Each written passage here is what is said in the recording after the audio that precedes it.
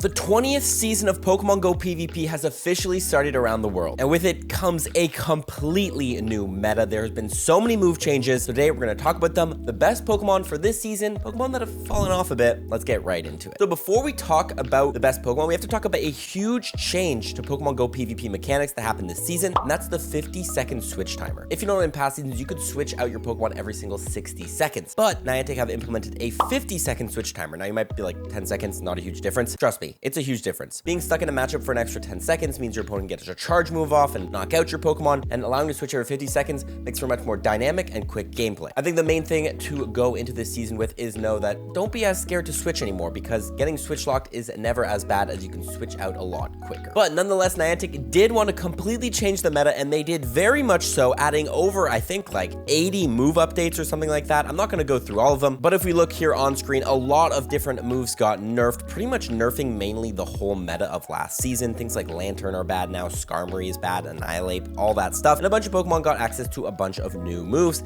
and new buff moves. Which ones are the best? That's what you care about. Let's get into it. Okay, so we're going to start off in the Great League, the 1500 CP cap limit league, and we're going to be on PvPoke here, of course, the #1 resource for all Pokemon Go PvP needs. It will be linked below. Shout out to PvPoke, of course. And as you can see, the new king of the Great League is going to be Clodsire. Now, Poison Sting got a damage buff this season. That's why we're seeing Clodsire at the top. Also, a lot of Clodsire's main, I guess, things that it was scared against, things like Gligar, have been nerfed. So Clodsire can go to the top now, defeating things like Mandibuzz, Jumpluff, Talonflame, Azumarill, Feraligatr. You'll notice different Pokemon here that weren't as meta are appearing on these key wins and key losses, but there are certain Pokemon that have survived the move update change, and we will go through those Pokemon. But just know there's going to be some new Pokemon you might have to power up this season. Overall, Clodsire an absolute beast this season, be able to beat pretty much like a lot of things, and just being a tank is the main best part of Clodsire, and also Clodsire just doesn't really have any completely losing hard counter matchups. In the second slot, of course, our boy Carbink is still up there, still at the top. However, with Pokemon like Clodsire, #1 does make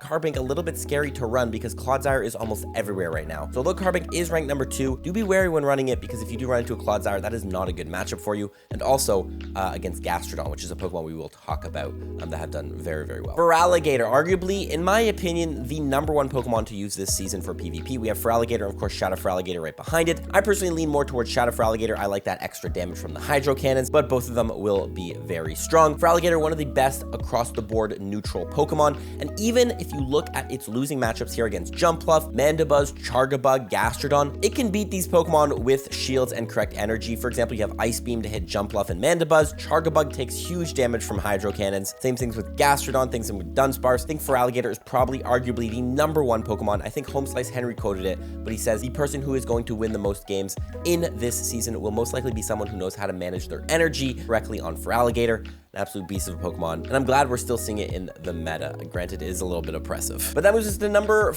It's funny, we still have water types in the meta. Last season was a full water type meta. We still have them there, but nonetheless, we see Gastrodon here. Gastrodon is going to be a new buff Pokemon because Mudslap got a huge buff this season, becoming like one of the best fast moves in the game. Gastrodon, of course, able to beat some of the top meta, things like Carbink, things like Clodsire. It's probably gonna be the best answer to Clodsire. So most likely you will be seeing Gastrodon on a lot of teams, and most people don't have one of these built. So I definitely recommend building one of these for this season of PvP. We also have Mandibuzz, which is still there at the top, obviously still a beast. Didn't get touched by any of the move updates, I do believe. I think, did Aerial Ace get nerfed? Maybe a little bit, but still an absolute beast, an absolute tank of a Pokemon, and really, honestly, a great safe switch Pokemon because it doesn't have a lot of terrible matchups. Dunsparce Rollout got buffed. Dunsparce was a Pokemon I wanted to work in the last couple seasons, but it just never was there. But now Rollout got an even bigger buff, so now it is #7 overall in the Great League. Rock Slide did get nerfed a little bit this season, so won't be as effective, but obviously Dunsparce being able to beat things like Talonflame, Charjabug. It says it loses against Clodsire, but you can still hit Clodsire with super effective damage with Drill Run. Overall, a very good neutral play Pokemon, definitely worth investing in. Bastiodon is still up there, obviously a huge beast, didn't really get changed by much, so you could definitely still run Bastiodon. However, again, your Clodsire matchup is not great. Pangoro is an interesting one. This one got buffed with Karate Chop, got a huge buff this season, being able to charge energy really, really quickly. I believe it's 4 Karate Chops to a Night Slash for Pangoro. One of the top fighters, or the new fighters this season, are all about Karate Chop. Counter got nerfed, so Counter is no longer a really viable option on fighting types. Obviously, Pangoro able to beat those steel types like the Bastiodon, like the Dunsparce, can even beat Shadow Feraligatr. My guess is there with the pacing of how fast it gets to the Night Slashes. By all means, a great Pokemon. However, a little bit hard to get because you do need, I don't think you can hatch a Pancham and evolve it into Pangoro. Clefable is up there. Clefable got Swift, which is a pretty good charge move in Pokemon Go. We actually tested this one out on stream, and it was pretty good. I do still like hitting things with Moonblast for extra damage and the chance of the debuff, but Swift is nice because it's a quick, nice bait move for Clefable. Obviously able to beat some of the fighters and the Mandibuzz, which is pretty popular, but again, be scared. The Clodsire is up there. The Clodsire is looming, that poison type the fairies don't like. Malamar is an interesting one. You're seeing like all new Pokemon in the meta. It's actually kind of insane. Malamar got Psywave, which Psywave is like almost like a Dragon Breath clone, I believe, or it's like pretty good. It's a one-turn fast move, being able to charge up energy really quickly. I think Malamar is a very interesting Pokemon just because of its typing, Psychic and Dark, makes it kind of very neutral into a lot of things. However, of course, you do have to be scared still of the Chargabug, which is going to do super crazy damage to you with bug type moves, and same with Mandibuzz, which can hit you with the dark type moves, and you really just can't touch Mandibuzz. Overall, Malamar, not a bad Pokemon to get by any means. Machamp is back. We haven't seen Machamp in PvP in a while, mainly because there was better fighters like Annihilate and Medicham, but Machamp is back because now got Karate Chop, sorry. Now, very interesting. Machamp, you need 2 legacy moves. Karate Chop is a legacy move on Machamp, and Stone Edge as well, since Rock Slide got nerfed. Stone Edge is the better option for Machamp now. So you do need double legacy Machamp. Have one, it could be a fun Pokemon to go ahead and try out. Again, a Pokemon that does need to hide behind shields. When it comes to a Pokemon that hides behind shields, I always prefer Feraligatr because I think it's just better across the board. Still, Machamp is there. Toxapex is there as well. Poison Jab, Brine, Sludge Wave, kind of like just a worse version of, you know, Clodsire. If you're going to run a poison type, you're probably running Clodsire. Toxapex is still an option, and it does have that water coverage, which can be nice. Quagsire is still up there. Mudshot, Aquatail, Stone Edge didn't really change too much. Still a very effective Pokemon to use this season. And Marowaks are coming back because Bone Club got a huge buff, and same things with Mudslap got a buff. So Marowak can be a very interesting ground type to try. Specifically, you need the Shadow Marowak. I don't believe Shadow Cubone is available right now, so this one might be harder to get, but you can run the normal one. Marowak, again, if we're looking at ground types, Gastrodon is probably just a better option here, but Marowak can be very interesting and very fun, and you do get that Rock Slide flying coverage as well. Azumarill still very strong, very at the top. You can go ahead and run this, which is nice, and it is nice that we still see some Pokemon from the past season still available, so it's not like you have to fully build a new team. Same thing with Diggersby. We're gonna just start jumping through these. Shadow Jumpluff is going to be a new one this season. Jumpluff is going to be like a Tropius, like a tanky flying grass type, and we are gonna be seeing more grass types this season, which is great because things like Gastrodon are more popular, things like Feraligatr are more popular. Jumpluff is a very good Pokemon to shut down Gastrodon and Feraligatr, and arguably even against things like Clodsire, although they can hit you with super effective damage, you can still hit back pretty well with Energy Ball. So definitely Jumpluff, not a bad Pokemon by any means because Fairy Wind did get it buffed. Licky, by the way, this is very interesting. Lickitung, no longer the top meta because Body Slam got nerfed, but Licky got Rollout, and Rollout got buffed, so now Licky is the go-to, I guess, Lickitung Pokemon in Pokemon Go PvP. A great safe switch Pokemon. We actually ran this one, and it gets to Body Slams so quickly. Granted, those Body Slams do less damage now. Glade, Shadow Glade still up there. Drapion is still up there. Machamp, regular Machamp. Registeel still up there. Jumpluff, the regular version. Aurorus, still a strong Pokemon. You have the Shadow Machoke. I don't know why you wouldn't just run Machamp, but that's an option. Quagsire, Marowak.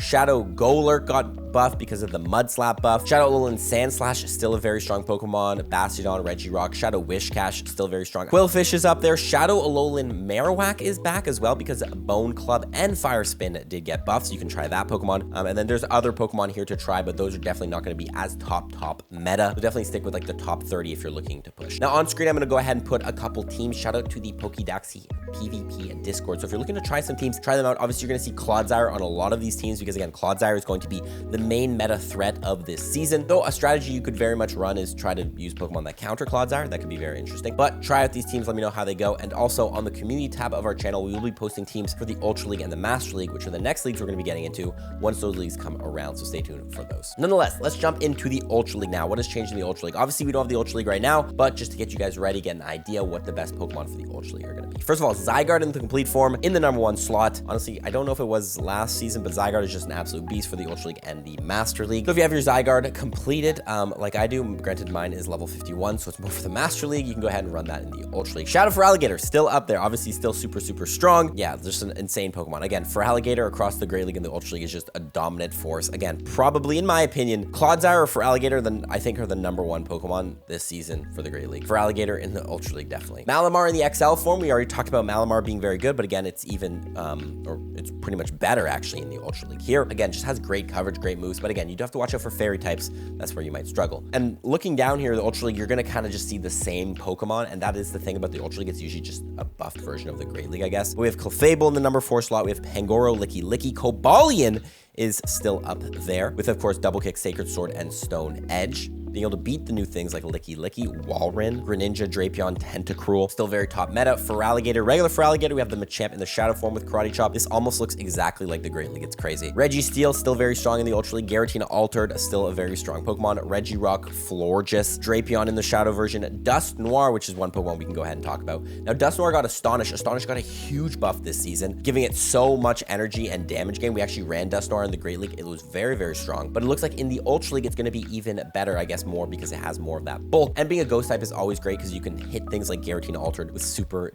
effective Shadow Ball damage and also lock up a lot of the fighting types. So Dust Noir, definitely an interesting Pokemon to try out in the Ultra League when that comes around. We see Mandibuzz, Steelix, regular Dust Noir, Virizion, which is back because I believe there was something locking Virizion out of the meta. Was it like Shadow Charizard? Virizion, Weezing in the Galarian form. Fairy Wind got a buff, so that Pokemon is just better. Steelix, Auroras, Guzzlord, Regirock, Drapion, Gastrodon, obviously a new Pokemon, but all that other stuff is kind of just stuff we saw last season. Drifblim as well got Astonish, which did get a huge buff, so we might be seeing more Drifblim in the Ultra League, which is always a good and fun Pokemon to run there. Talonflame, still very strong. Incinerate, I think, is still the best fast move in Pokemon Go. We have regular Machamp, Shadow, Skuntank, Galarian Moltres. That would be an interesting one. Sucker Punch actually did get nerfed, or buffed. Sorry, that's why I think you're seeing Galarian Moltres up there, so that'd be a fun Pokemon to try out in the Ultra League. Goodra, Komodo, Miltank got a rollout buff as well. Ooh, Miltank could be fun. Cresselia, Skuntank, Dragalge, Greninja, all of these Pokemon. But yeah, looking at the top meta, I'm not gonna lie, the Ultra League is kind of just the same thing as the Great League, I guess, without Carbink and Clodsire. So if Carbink and Clodsire, remove those, replace them with Cobalion and Virizion, and then there you go, you got the Ultra League meta. But the Master League, let's take a look at it here. First of all, of course, Zygarde in the number 1 slot, Palkia in the number 2 slot, still where we're gonna see that Pokemon, but Yveltal making a huge jump to number 3,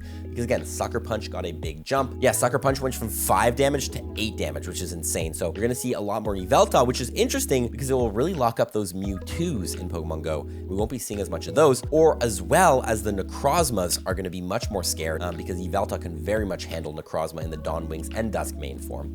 Nonetheless, Solgaleo in the number 4 slot because Fire Spin did get a huge buff. It actually is kind of insane how XL impossible some of these Pokemon are to get. Like Solgaleo and Zygarde are 2 Pokemon that you can only get through Rare Candy XLs, so that's crazy. Duskmane, Necrozma obviously still very strong. Rhyperior with the new Mud Slap buff is going to be absolutely insane, especially with Breaking Swipe. Ho is still up there in the Shadow Ho. Florges with the Fairy Wind buff is going to be much, much stronger. You're seeing not a lot of Dragon types in the top here because there's a lot of things that do well against the Dragons here. Landorus in the Therian form, still very strong. Palkia, regular Palkia. Giratina in the Altered form. Galarian Moltres, ranked 15. Who's got an XL Galarian Moltres? Bro, if you got an XL Galarian Moltres in the Master League, that'd be crazy. But again, with the Sucker Punch buff, we got Dragonite still up there. Marshadow with the Sucker Punch buff. Bro, XL Marshadow for the Master League, that would be insane. It does have a pretty good moveset though. Close Combat and Ice Punch is great coverage for the Master League, especially against things like Dialga, which we might not be seeing as much. Xerneas is still up there, of course. Shadow Dragonite, Shadow Rhyperior. It looks like the regular Rhyperior is going to be a bit better across the board. We have the Meloetta, Giratina in the Origin form. Shadow Mewtwo, so it's still up there, but again, with the Yveltal might be tougher. And then I believe the rest of this is pretty normal. Tapu Lele got a buff, rank 26 with Astonish. That could be very interesting to try out. And Enamorus as well with Fairy Wind. Ursaluna got Swift, so you're looking at rank 28 for Ursaluna with Cackle Swift High Horsepower. Again, all these Pokemon could be fun to run. I do find the Master League meta does get pretty situated about around like, 10 to 15 Pokemon. So anything in the rank 30 here, you might not really be seeing Ursalunas. But again, I think I'm very excited to see how Yveltal plays out in the meta and things like Florges as well to kind of, I guess, nerf some of the more busted Pokemon like the Dawn Wings and Duskmane and Necrozma, which have been sweeping the Master League by storm. And well, guys, looking at that is the new meta. If you have any teams or suggestions or just thoughts on the new meta, let me know in the comments below. And also watch the video below because if you're really trying to push for PvP this season, this video is going to break down some top skills you need to learn to really push packs rank 20s. But let me know what you think of the new meta. I'm very excited for this 50-second switch timer and all of this new changes. Nonetheless, thanks for watching. We'll see you next one. Fall for tips. Peace.